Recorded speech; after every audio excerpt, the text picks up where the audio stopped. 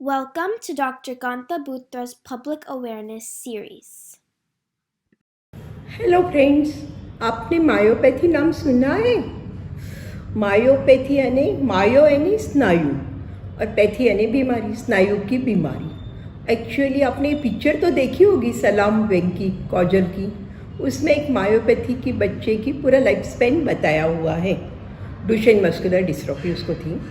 तो actually majority myopathies तो क्या है, हेरिडिटरी होती है, बच्चों में ज़्यादा कॉमन देखने मिलती है। पर ये बीमारी वैसे इतनी कॉमन नहीं है, काफ़ी रेयर है, पर बड़ों में भी देखनी मिलती है।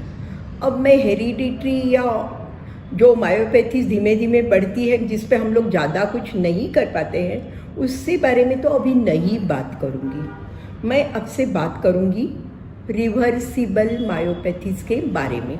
रिवर्सिबल यानी क्या? जिस कारण से वो मायोपैथी हो रही है, वो कारण अगर हम लोग दूर कर दें तो वो अच्छी हो जाती है। इसमें से मैं एक स्टेटिन के बारे में बात करूँगी। आपने स्टेटिन नाम सुना है क्या? मैं अगर बोलूँ कि कोलेस्ट्रॉल कम करना है, चर्बी कम करना है, उसके लिए जो दवा है वही स्टेटिन है, तो आप बोलेंगे अरे ये तो हमारे घर में भी है। आजकल तो 40-45 साल के बच्चों को भी डायबिटीज़, प्रेशर जैसी बीमारियां हो जाती है, कोलेस्ट्रॉल ज़्यादा होता है तो उनको भी ये गोलियाँ लेनी पड़ती है। 50-60 के बाद तो काफ़ी लोग लेते होंगे, 70 के बाद तो 70% लोग स्टेटिन्स लेते होंगे। स्टेटिन की बहुत सारे, मैं बोलूँगी बच्चों से लगा के बूढ़ों तक बहुत सारी जनरेशन है, बहुत सारी ग्रुप्स हैं, पर मोस्टली एटोरवास्टेटिन, रोजुवास्टेटिन इस दवाओं से लोग लेते हैं। और इसके डोज भी 10 मिलीग्राम से लगा के 80 मिलीग्राम तक चलते हैं। अब मैं स्टेटिन के बारे में ज़्यादा बात करने के पहले आपको ये बता देती हूँ, स्टेटिन के सिवा और रिवर्सिबल मायोपैथी यानी जो हम ठीक कर सकते हैं किस कारण से हो सकती है। स्टीरॉइड्स नाम सुना होगा, अस्थमा, पम्प भी लेते हैं। अभी कोविड के टाइम पे तो मेरे को लगता है स्टीरॉइड की नदियाँ बह गई थी, इतना यूज़ हुआ था। थायराइड, विटामिन डी, पर इसकी बातें हम बाद में करेंगे। अभी सिर्फ स्टेटिन की बात करने वाली हूँ। अब स्टेटिन की बात करने के पहले मैं आपको इन जनरल मायोपैथी के लक्षण बता देती हूँ। क्या होता है? थक जाते हैं, फटीग। दूसरा, स्नायु दुखते हैं, टेंडरनेस, अगर हाथ लगाओ तो बोलते बहुत पेन हो रहा है, हाथ मत लगाओ। रात को नींद में से उनको उठना पड़ता है क्योंकि क्रैम्प्स आ गए, पूरा पैर अखड़ गया, अशक्ति लगती है, कसरत नहीं कर पाते हैं, थोड़ी सी कसरत करते हैं तो उनको बैठना पड़ता है। तो ये सब उनके लक्षण होते हैं। अब हम स्टेटिन की बात करेंगे। स्टेटिन के किस टाइप की मायोपैथी होती है? स्टेटिन के कारण जो मायोपैथी होती है उसमें मोस्टली CPK बढ़ जाते हैं। अब स्टेटिन के मायोपैथी के लिए बोलने के पहले मैं आपको स्टेटिन के डोसेस के बारे में बता देती हूँ। यूजुअली तो हम लोग पहले कभी 5, 10, 20 मिलीग्राम तक देते थे, पर आजकल कैसे हैं, किसी को हार्ट अटैक आ गया हो या किसी को लकवा हो गया हो तो 40 मिलीग्राम ही नहीं, इवन 80 मिलीग्राम तक के हम लोग स्टेटिन देते हैं। सो डोज काफ़ी ज़्यादा देना पड़ता है। तो यूजुअली तो लोगों को अच्छी तरह से टॉलरेट हो जाता है, कोई प्रॉब्लम नहीं आती है। पर कभी कभी पेशेंट स्टेटिन पे है और समझो हमने CPK, ये CPK क्या है? ये मसल एंजाइम है, वो हम करते हैं, वो ज़्यादा आता है, पर पेशेंट को कोई प्रॉब्लम नहीं है। ठीक है, ध्यान मत दो, थोड़ा सा ज़्यादा होगा, कुछ भी नहीं बिगड़ेगा।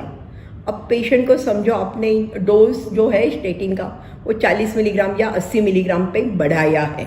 उसके बाद पेशेंट बोल रहा मेरा पैर बहुत दुख रहे हैं, मेरे क्रैम्प्स आ रहे हैं, मैं चल नहीं पा रहा हूँ, तो इस टाइम पे आप CPK करके देखो। अगर CPK का रिपोर्ट बहुत ज़्यादा आ रहा है, इसका मतलब है आपको उसका डोज घटाना पड़ेगा या एक बार बंद करके फिर वापस डोज एडजस्ट करने पड़ेंगे। अदरवाइज काफ़ी बार इतने ज़्यादा साई में दुखा होता है कि कोई टच नहीं कर पाता, सूजन जैसे लगता, हाथ हिलाने में दिक्कत आ जाती है। अब रेब्डोमायोलाइसिस, ऐसे तो रूटीन में ऐसे पेशेंट देखने नहीं मिलते हैं, पर रेयरली ये प्रॉब्लम आ जाता है। रेब्डोमायोलाइसिस, लाइसिस है नहीं, वो मसल लाइसिस हो रहा है, पिघल रहा है, और रेब्डोमायो यानी अपनी स्केलेटल मसल। तो एक को आदमी की मैं कहानी बताती हूँ आपको। उनको डायबिटीज़ था, ब्लड प्रेशर था, कोलेस्ट्रॉल, ट्राइग्लिसराइड बहुत ज़्यादा थे। उनकी कोलेस्ट्रॉल की दवा चल रही थी 20 मिलीग्राम। फिर उनके डॉक्टर को लगा कि इनको अगर मैं बराबर दवा का डोज नहीं बढ़ाऊंगा और लकवा हो गया, हार्ट अटैक आ गया तो मैं क्या करूंगा। तो उन्होंने उनका डोज 40 मिलीग्राम किया और उसके साथ में उनको हायर ग्रुप के स्टेटिन दे दिए थे। वो उसके बाद में 2-3 दिन तो ठीक थे, फिर 4-5 दिन के बाद में, शायद 5-6 दिन के बाद में उनको रात को पैर दुखने लगे। फिर थोड़ा सा चलने के बाद वो थक रहे थे। फिर तो दुखाव इतना बढ़ गया कि वो पैर को कोई टच करे तो भी प्रॉब्लम आ रही थी। गर्म पानी में पैर रखे तो भी आराम नहीं, अगर बर्फ़ लगावे तो भी आराम नहीं, रात को सोना भी मुश्किल हो रहा था। क्रैम्प्स के कारण नींद बिगड़ गई। और जब मेरे पास उनको लेके आए थे तब तो उनको लगा था कोई गुलेनबारी यानी एक नसों की बीमारी तो नहीं है, वो पेशेंट बिल्कुल चल नहीं पा रहा है, पैरों में प्रॉब्लम बढ़ती जा रही है, इसलिए लेके आए थे। जब मैंने चेक किया तो मुझे लगा कि इनको मसल की ही बीमारी है।